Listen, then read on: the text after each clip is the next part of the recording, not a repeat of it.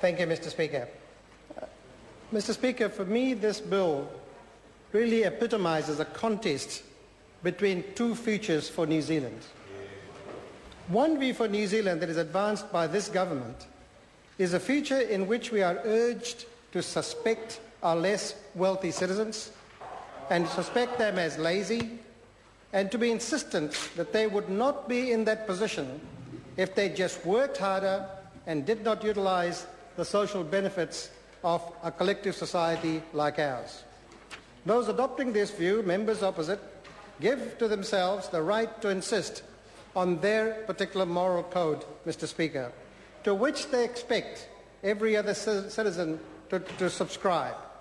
And when others do not adopt that particular code, then they see that as eventually being damaging, and rather that it is eventually damaging and keeps the poor in that particular place, a place from which they cannot move.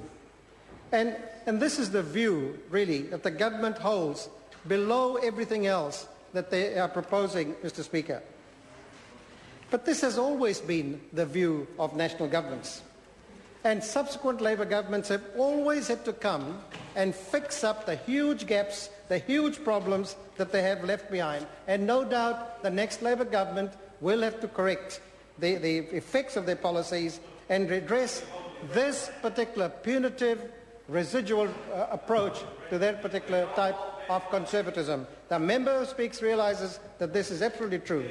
The second feature, Mr. Speaker, is based really on an intimate understanding of the interdependent nature of our society, the society in which we live. In this society, all citizens are valued. Their input into developing the human and social capital of our nation is understood and appreciated, and where no citizen is valued above any other. This is the maturity and compassion that is brought to policies that really Labour has proposed for a long time, and that Labour has been following along with like-minded members of this particular House. This debate has already begun to testify to the existence of these two views, and the other side, members opposite, the government side, couches that in language of expectation, language of using taxpayers' money effectively. But underneath all of that lies a firm belief, a punitive belief in residual social welfare. The other view, the New Zealand welfare state, which is what we have in this society, was born out of the realisation that no matter how desperately a person wanted to work, no matter how desperately a person wanted to work and earn sufficient income to sustain his or her family, structural and other forces could always compound that particular ambition. And the violence that was perpetrated on those families of the poor by owners of capital through poor work conditions, poor wages, and a withdrawal of work have led many families to crime, relationship breakdown, and a gulf between the rich and poor. The welfare state was the response to that, to those inequalities, and on the realization that no nation can take advantage only of financial capital. It must also develop the social and human capital that really partners economic capital to develop the decent society. Therefore, welfare policies were put in place, and from time to time, they have, from the time it was put together, it has served the citizens of this nation well. However, they've had to be tweaked from time to time, Mr. Speaker. They've always had to be tweaked. We remember well when Ruth Richardson, the National Minister of Finance, attacked beneficiaries and took $1 billion off them, and the vulnerable families are beneficiaries. And then Labour governments the last Labour government having to tweak it again to address New Zealand's low wage for working families by addressing the Working for Families, through the Working for Families program rather. And this was through a series of policies around a focus on work.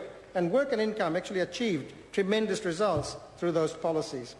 I want to thank, Mr. Speaker, Katrina Shanks, who was the chair of this committee, and thank the members of that committee. Katrina chairs this particular committee very, very well and gives us all a fair go. I think we as members of that committee work quite well. While the other side is not generous to acknowledge the contribution of this side, I shall acknowledge theirs. And I also want to acknowledge the work of the officials. The officials don't have a pleasant job to do. You do it very well, and I do congratulate you and your department for really providing straight advice and really getting the information required from time to time. And they did their work very, very well, Mr. Speaker. But the purpose, Mr. Speaker, of a select committee is to place government's ideas before a group of parliamentarians and served by our officials, but where any citizen can come and really say from their experience and their backgrounds, what is it that they like about the particular bill, the particular provisions, what is it that they don't like about it, and what other advice would they like to give.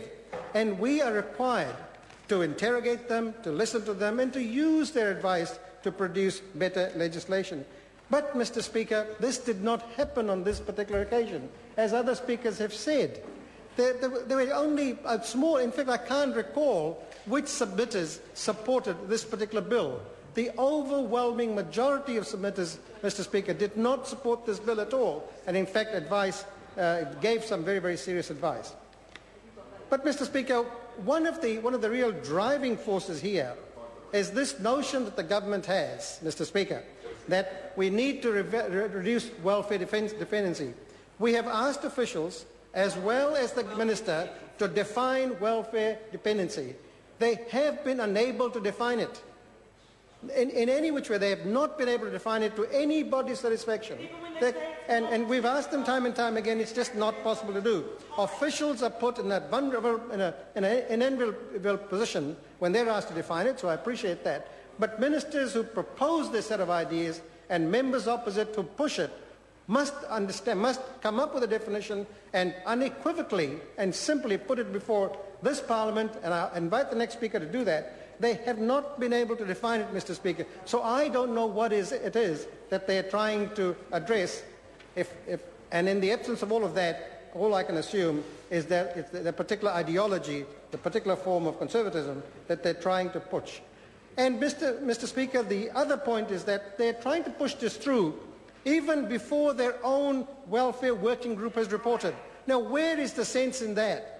They've asked that group to go and have a look at welfare dependency. They're spending a lot of time and money doing that, and yet here are major, major changes being made to our welfare state and our social provision that affects our most vulnerable that they're not prepared to take into account, so Mr. Speaker. So in the end, this is only a political process that the other side plays around with.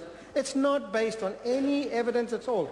And somebody should respond to the challenge put before the Minister by Mitaria Ture. Where is the evidence? It's interesting, Mr. Speaker, how the other side talks about evidence but produces nothing. Mr. Speaker, the other point is to realize what did the submitters say.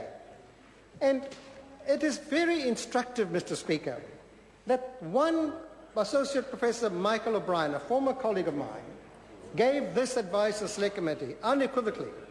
He said that this bill should be removed, it should be withdrawn. It has no redeeming features. And the Minister should listen to that advice because that person was the Minister's own Professor of Social Policy that taught her social policy. And it's absolutely clear that there are no redeeming features in this set of provisions or the ideology and the principles that guide this because it will go nowhere. Mr. Speaker, the Presbyterian Social Services also provided similar advice. Nothing in there at all. The Human Rights Commission, the New Zealand Council of Christian Social Services, all have asked for this to be removed. Mr. Speaker, briefly on the work test.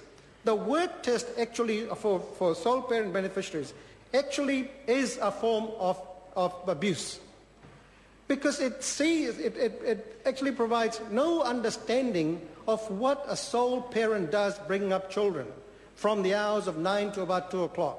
Somehow they are required to go and work and then come home and provide ideal care for the 2 or 3 children they might have. And so the work test is a rather nasty piece of work. It does not even define appropriate work, nor does it acknowledge voluntary work. And many of these women do provide huge amount of support, particularly to our schools, as Mr. McIndoe would surely confirm. Finally, Mr. Speaker, this notion of reapplying for the unemployment benefit, there is no need for it. Work and Income does a fantastic job at the moment, triaging day in and day out those who register unemployment. After 1 year, why make them apply again? What is it that Work and Income does not know about them? Order.